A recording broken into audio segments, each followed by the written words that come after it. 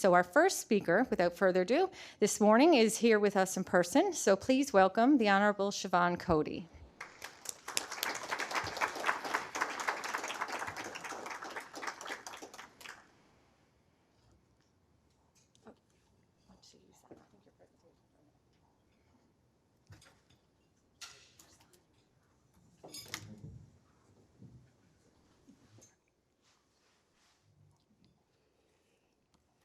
Good morning, everyone. And I agree with you, Lynn. This is fabulous that we're here in person, and I'm so happy to literally see so many of you.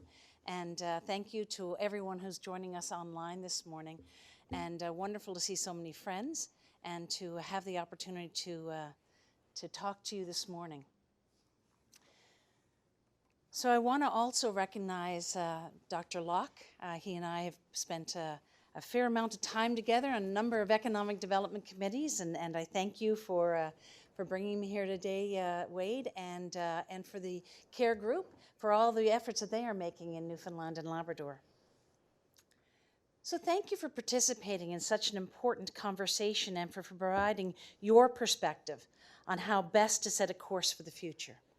I, like you, are passionate about this place and committed to doing everything possible to ensure it realizes its opportunity and provides for a future deserved by generations to come. As I noted in my budget speech a few short months ago, solutions are needed to address long-standing structural financial issues in Newfoundland and Labrador, structural challenges of a large geography, an aging and declining population, and dependence on volatile commodities. The reality is we have to, as my mother would say, cut the cloth to suit the garment.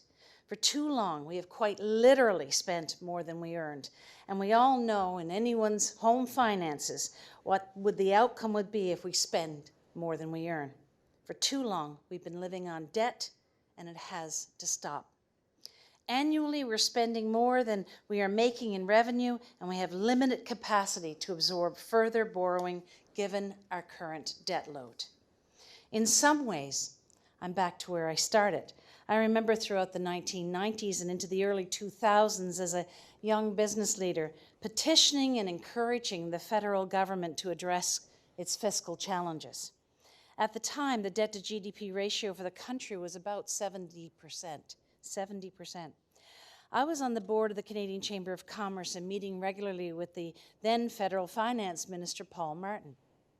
And I remember at one point, as we sat across the table from one another, he looked at me and he said, I was on the wrong side of the desk.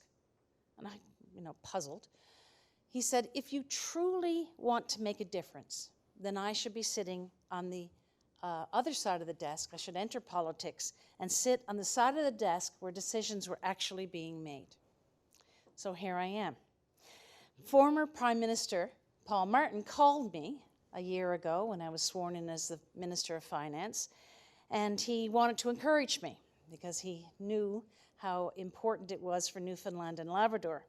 And I asked for his advice at the time, and he said, Siobhan, all I can say is patience and perseverance. Patience and perseverance. And so most people know I don't have a whole lot of patience. I'm an entrepreneur, so I'm always rushing to get the next idea, the next thing done. But I'm learning patience and certainly have a lot of perseverance. In May, the Premier's Economic Recovery Team, a talented, independent group of leaders, released its report called The Big Reset. The report outlined that the province's fiscal situation must be brought under control. The frank assessment provided by the Premier's Economic Recovery Team has generated much dialogue, including at this conference. I believe people in this province understand the situation in which we find ourselves. I think they understand the problem and realize we must change, that we must address our financial concerns. So here are some of the highlights of the Big Reset. Expenditures grew from $4.97 billion in 2004-2005 to $8.97 billion in 2020-2021. 2020-2021. The province added $12.6 billion in debt in 7 years. When including government business enterprises, other liabilities, and obligation, the province's financial exposure is $47.3 billion for 2020-2021. This sits on the shoulders of a labor force of only 260,000 people and about 280,000 taxpayers. Our net expenditures are $8.1 billion for fiscal year 2021-22, and this is an improvement over last year by over $1 billion. On a cash basis, we are short $2 billion this year, and we're borrowing $1.7 billion. Our gross, current, and capital expenditures are $9.1 billion. If we do nothing, our deficit will continue to grow, our debt will be completely unmanageable. Already, we spend over $1 billion a year to service our debt. Imagine that increasing. Better still, imagine what we could do with that money if it didn't have to be paid back in debt. Imagine if we were able to invest it in our communities, in our university, in our economy. Budget 2021 sets a path to bring provincial spending under control and a plan to ensure our financial and economic future is secured. In the budget, we set a fiscal forecast with multi-year targets. As I said, in 2020-2021, we had a deficit of $1.644 billion. By the time 21-22, we'll be at $8.26 billion. In 22-23, we're going to bring that down. We'll be $587 million.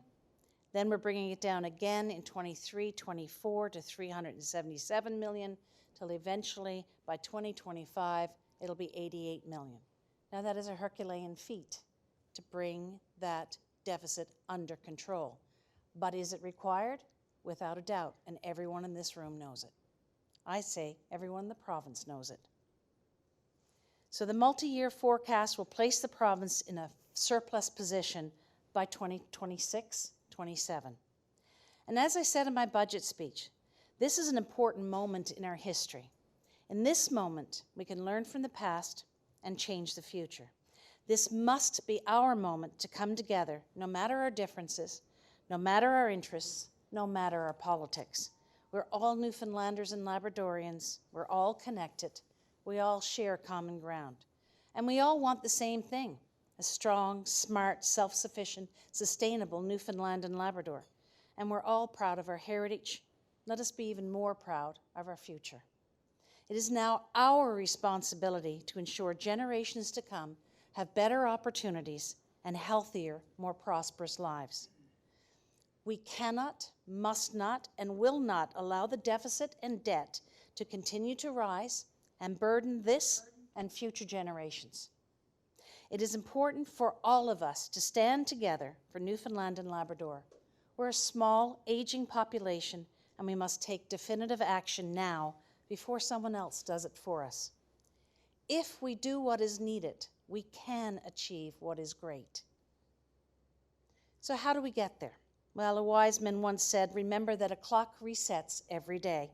We cannot fret on what was, but focus on what could be. This will mean transformation and change, modernization and improvement. Our partners in this transformation include everyone here today, the people of the province, business leaders, community leaders, our workforce, our labor force, their leaders. We need everyone engaged and involved. Now, thankfully, this past summer, the Premier and Prime Minister announced an agreement in principle for the financial restructuring of the Lower Churchill projects. This lifts a huge financial burden from the province and reduces the cost of financing, providing more certainty for people and for businesses. It provides $2 billion in federal funding, including a $1 billion investment in the province's portion of the project's Labrador Island Link, and a federal loan guarantee of $1 billion for the project's Muskrat Falls and Labrador transmission assets. It also provides annual transfers to the province equivalent to Canada's yearly net revenue from the Hibernia offshore oil project, net profit interest and incidental net profit interest, which current estimates indicate will total $3.2 billion between now and the end of Hibernia's project's life. This $5.2 billion announcement lets the people of our province breathe a sigh of relief and know that their power bills will not double. We're focused as a government on improving our financial position, on making Newfoundland and Labrador one of the healthiest provinces by 2031, and you're going to hear more, I understand, later today from the Health Accord, critically important to our future, on improving educational outcomes, on growing the population of Newfoundland and Labrador with a goal of welcoming 5,100 newcomers by 2026, on driving economic growth in our resource industries, both renewable and non-renewable, in technology, in film and television production, in tourism, and on addressing climate change with a goal of being net neutral by 2050. Now, Barack Obama once said, "Change will not come if we want for some other person or some other time. We are the ones we've been waiting for. We are the change we seek." Everyone in this room, everyone listening today, everyone in our province. So what happens if we do nothing?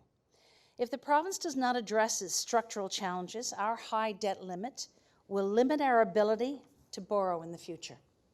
The unsustainable debt levels will have to be carried by our children and our grandchildren, and our province's future will not be all that it could be. Instead, it will be even more difficult than it is today.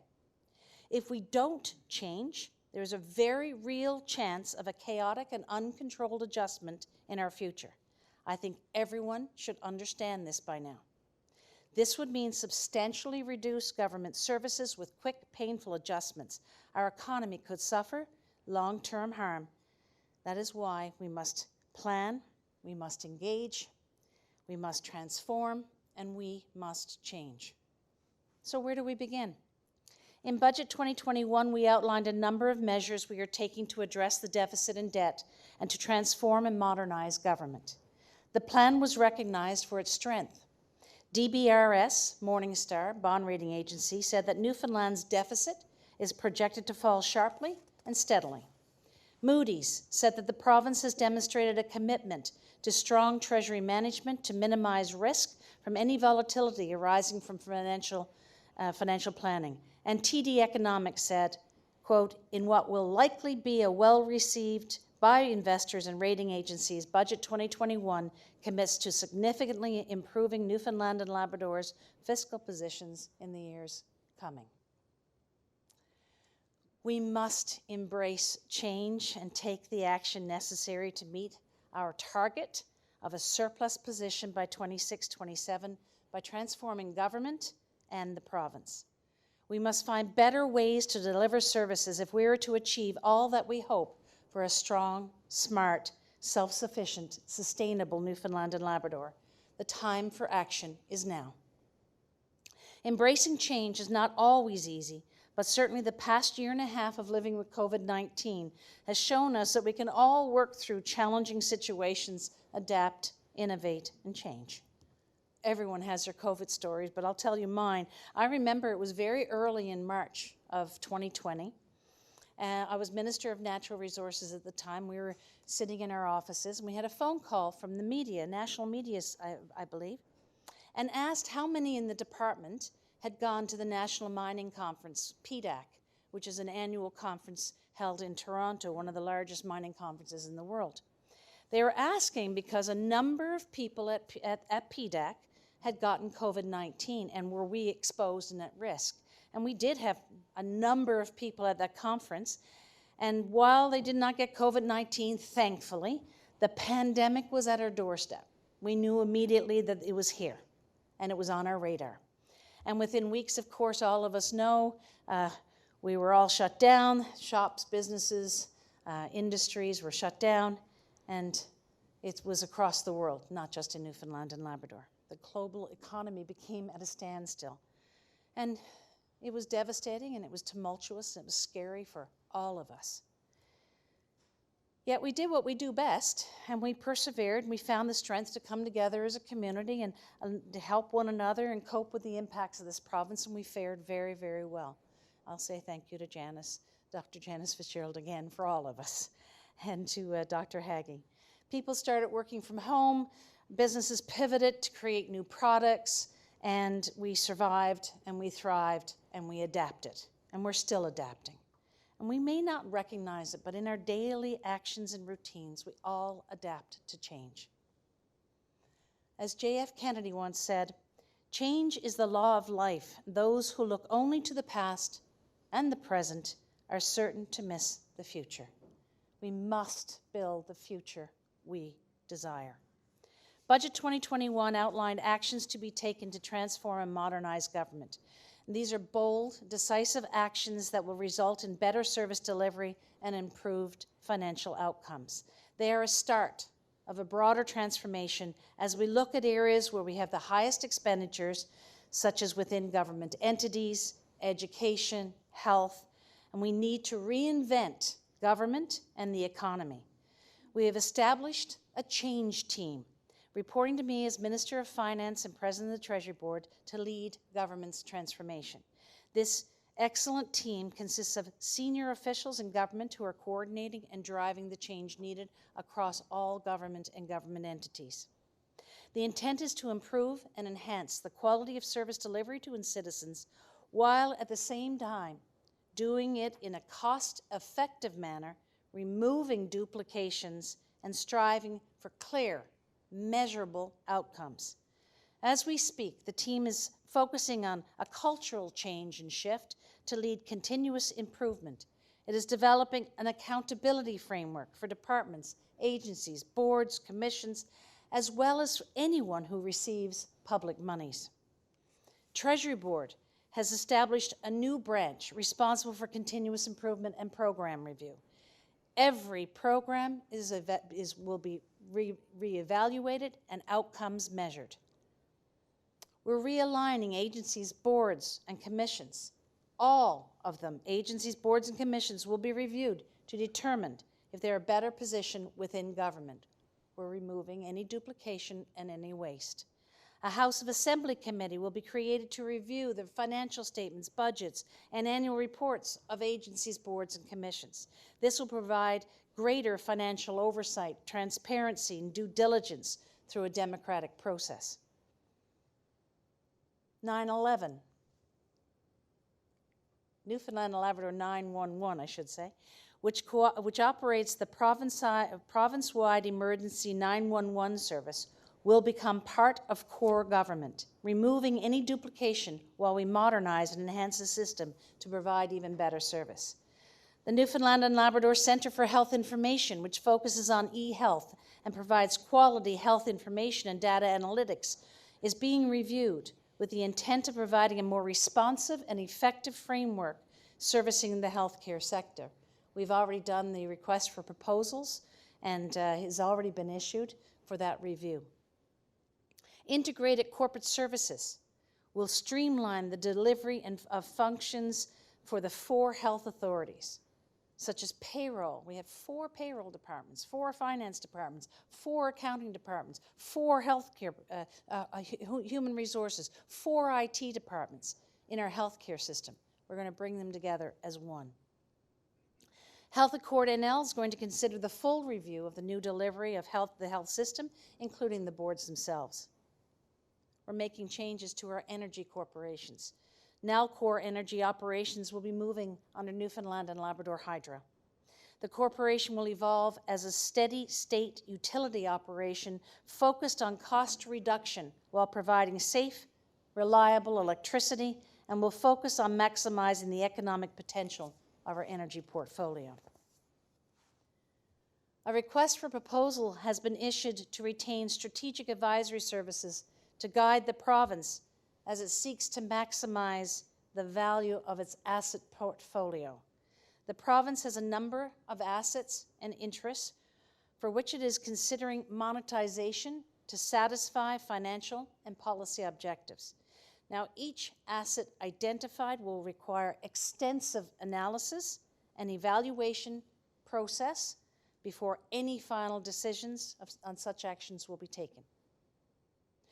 This fall, we will launch a process to maintain and improve service delivery through joint solutions. We'll ask business, social enterprises, other communities, other organizations for their proposals on how to more effectively deliver facilities management, ferry services, and other government services. Consistent with improved service delivery, we're looking at a municipal structure and working towards a model of regionalization that will make our rural communities stronger. Building on the success of MyGovNL and to ensure better interactions with government, improvements will be made to the content of government websites, ensuring that information is service-focused, easily located, tracked, and actioned. Improvements will present a single view of interactions with government. Just think of today when you try and interface with government, you're going to department, rather than having one integrated system. Facilitating that interaction, facilitating streamlining is really where we have to modernize and be as a government to provide you with the services you desire. We're reinventing the education system. Our children must leave school with the technology and change skills needed for this new era. To this end, we're making changes to the system to make it more responsive to the changing needs of a new modern economy.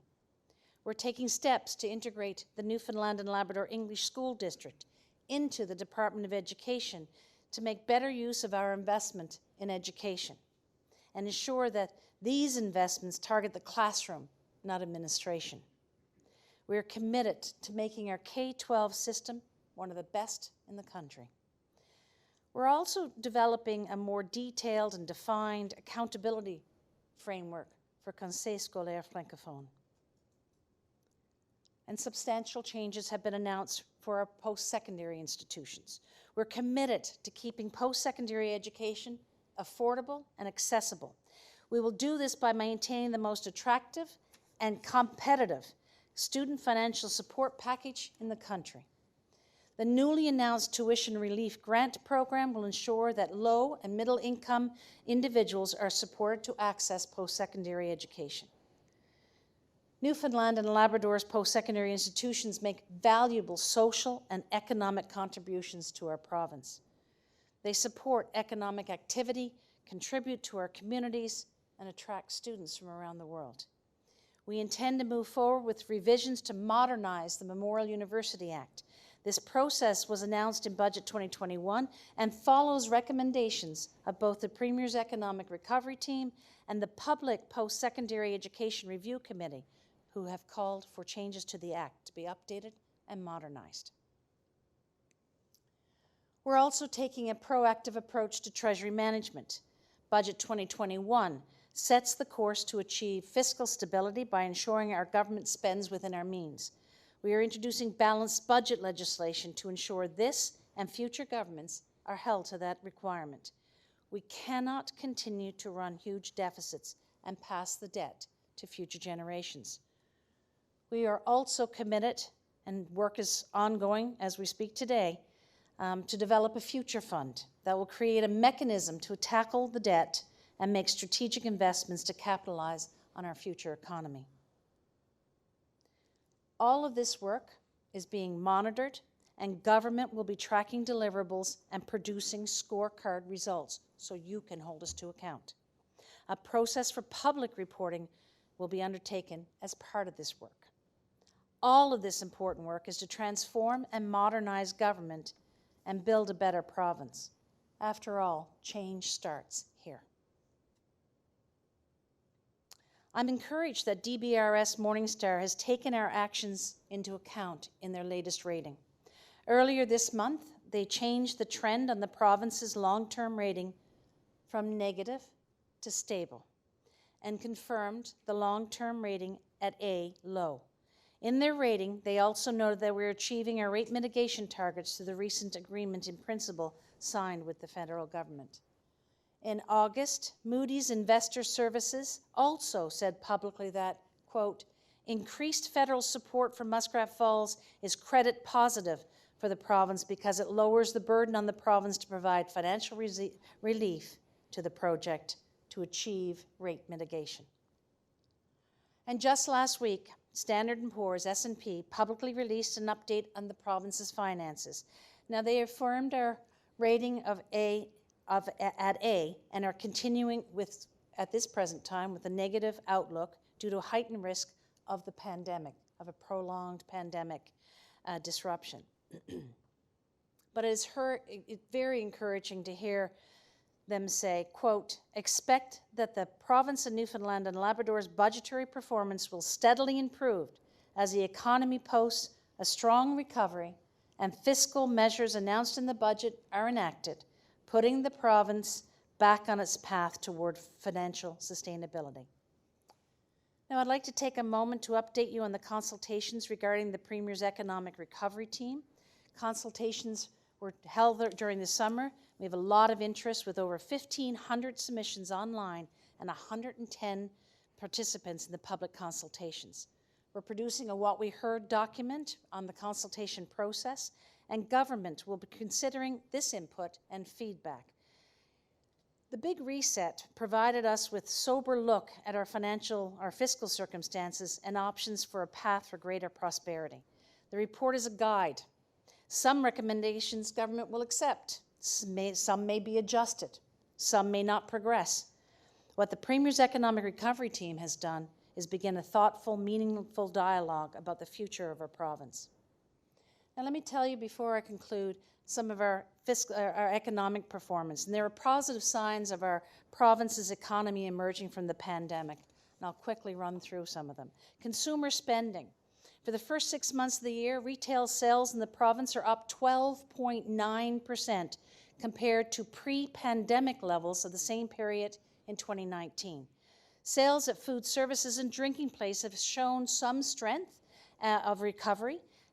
Sales are still down of the first 6 months of 2021 when you compare them to 2019. Remember, we were in lockdown in April. But we're still at 11.2% below 2019 levels, but we're rebounding. And motor vehicle sales in 2019 totaled 30,500 for the year. And up in the first 6 months of this year, we're at 15,097. So we're coming through it. Real estate market is really booming. Urban housing starts for the first 7 months of the year are 29.6% higher than even pre-pandemic levels for the same period in 2019. Home sales are up 68.1% in the first 7 months of the year when compared to the same period in 2019. And due to increased demand, the average price of a home has increased. It's about 12.1% higher than the pre-pandemic period in 2019. Our labor market has still not fully returned to pre-pandemic levels, but it is steadily improving. Labor compensation for the first 6 months of 2021 are up 1.7% compared to the same period in 2019. Employment has improved in recent months from a low of the pandemic shutdowns, and we're now about 4.3, we're still down about 4.3%. But let me tell you that our oil production was up, oil production was 3.2% lower in the first 7 months of 2021, but that's compared to pre-pandemic levels. And of course, we all know that the Terra Nova project shut down in December of 2019. Very positive signs, of course, with Suncor's announcement of sanction. And international exports of minerals and mineral products have increased by 68.9% in the first 7 months of 21 compared to the same period in 2019, and that's largely due to near record high mineral prices and increased iron ore production. Now, there's lots of signs of optimism in our economy overall. We're seeing, as I know that you're following a lot of the technology sector. We have about 165 companies in that sector.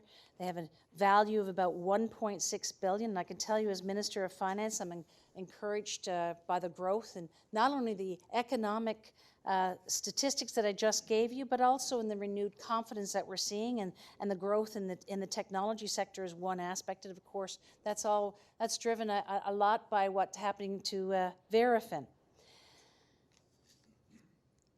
Now, as I said in my budget speech, a child born in this province today owes debt for their birthright. In a place as rich with resources and strengthened by talent, a place carved by grit and granite, without fear of contradiction, this isn't what any of us want. We want to bestow with certainty the opportunity and potential of this place. We want to give every ounce of its character, every stone of its worth for this child to mold and yield a better life.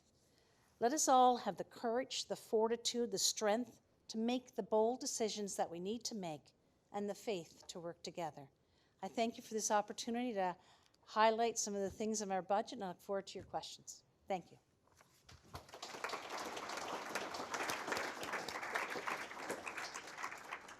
Thank you, Minister Coady. Perfect timing. We'll take some audience questions. So if you have a question, can you please come to one of the microphones in the room? And I think if there's a question on WebEx, you can let me know. And if you could just introduce yourself briefly as well, and a reminder just to keep your questions as brief as we can so we can get to as many as we can. Paul Wilson, a member of the general public. Entirely in agreement with most of what you've said. I would ask you to consider that the numbers you use are too high, and I don't mean that. Yeah. We can't grapple with them. Well, at my table, there is $360,000 of national and provincial debt. At Wadelock's table, there's $250,000 of national and provincial debt.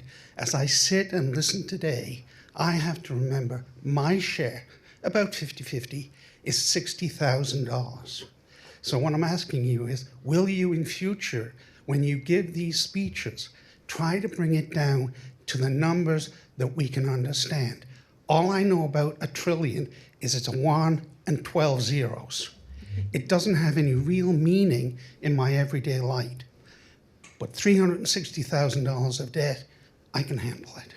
That's an excellent point. Thank you for that. And we'll certainly start to weave that story into our language, because you're absolutely right. People need to understand what their portion is, and understand the impact to them in their daily lives. You know, I often think about the services that government provides, and if we don't have the ability to provide those services, what the impact will be to people in this province. So thank you. I will take that. Thanks. We'll take a question over here. Hi. Hi. My name is Devin Piercy. I have a quick question. With the latest budget, the government of Newfoundland and Labrador introduced a new excise tax on soft drink, which makes it the first Canadian jurisdiction to do so. With this willingness to dabble in new forms of taxation to combat minor challenges and generate new revenue, has there been any consideration in the PRT consultations for other new to Canada taxes, such as a transaction on retailers who use automatic self-checkouts, or just general wealth taxes or something of the sort? Thank you for the question. It's an important topic, and I will say that the sugar tax won't be an excise tax. It's the way we're looking at different ways of implementing it, but we think for all kinds of reasons it's an important tax to bring forward. It is, as you are correct, there's nowhere else in Canada that has this type of tax, but it is very well used around the world, and throughout the United States. We'll be the first mover in Canada to do it, but we think it's a health imperative. We know the impacts of sugar on our health. And so we are in consultations on that particular tax that we'll be bringing forward. It'll be something similar, I would think, to what we have now on gas tax or on tobacco tax. So that's how the mechanism that would look. Yes, we're always considering other things. We implemented the sugar tax because, of course, the impacts in our healthcare system. We did offset that with some tax credits, for example, for physical activity. So for that kind of balance. But we are always looking at, what are the what's the right taxation blend in the province. We did increase, when you talk about wealth taxes, we did increase the personal income taxes of those who earn I think it was $137,000 more plus a year. So we did increase the personal income taxes. It's still relatively, it still is competitive in the country, but we did increase that tax level. So thank you for that. Yes, we are always considering what more levers we can change or pull, or we need to keep competitive is the big thing that we have to always look out for. So thank you. Next question over on that side. Okay, my name is Len Knox. I'm a retired civil engineer. A couple comments first before I get to my question. You mentioned Muskrat Falls. Just a comment on that. In fact, I worked at Muskrat Falls, but the latest deal, I'm not confident that's going to solve our issue. And I'm concerned as a patriotic Newfoundlander that the financial situation we have for Muskrat Falls will probably lead us to giving up our future rights on other projects like Gull Island and the long-term deal on 2041. I hope that don't happen because we have a financial mess to get ourselves out of. And I'm confused with how that ties in with the Atlantic Loop and all that good stuff. So as a general person, I need more information. Second thing is, I've heard the government for the past 6 years say that we spend more than what we take in. But yet the spending keeps increasing. And so I don't envy you in your job. You have a big job to do and it's going to be some hard decisions. And so if you have a numbers timeline to reduce the deficit, that's going to result in some hard decisions where politics really has to be put to one side.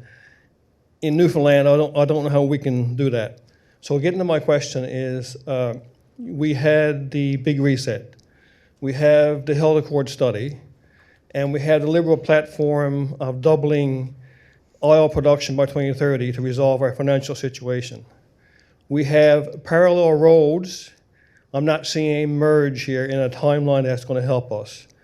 Can you tell me how we're going to merge all of those different perspectives to get to a red light, and then the timeline to go green in terms of, pardon the pun, to resolve our financial situation so we can keep our young people here, we can attract immigrants and allow them to stay here? There's a big question. I know you haven't got the full answer, but it's going to take a lot to resolve those issues. I only have 4 minutes to do it, so let me to start with the first one. $5.2 billion goes a long way to assist us in not only rate mitigation and making sure the impacts are not devastating to the people of the province of Muskrat Falls. It also helps to reshift the mix within the financing of the project, which is critical. So we do have to have a rate solution, and I think this goes a long way of helping us. $5.2 billion, both in terms of what our today's costs are and into the future, and then as we move through the future, there will be other things that will be able to be done, as you talked about the run of the river in Muskrat Falls, with Muskrat Falls and the run of the river that's happening. We may be able to make better arrangements around some of our exports and our export opportunities. I will say, hear you completely, and I can tell you that Premier Fury has been stalwart and strong when it came to Muskrat Falls, and it's not tied to the development of Gull Island, it's not tied to the Atlantic Loop, it's not tied to 2041. There's no sale of any asset in there. It is strictly financial inputs. So $1 billion in loan guarantee, $1 billion in some equity on the line, and $3.2 billion then from the Hibernia project, which we have always worked to try and get back to Newfoundland and Labrador. On your second point, and probably I only have 2 minutes left. On your second point, it's really important to understand, I think, that modernizing government is actually a positive thing. It's hard, it's tough, but by modernizing government, I will say that departments have been held flat.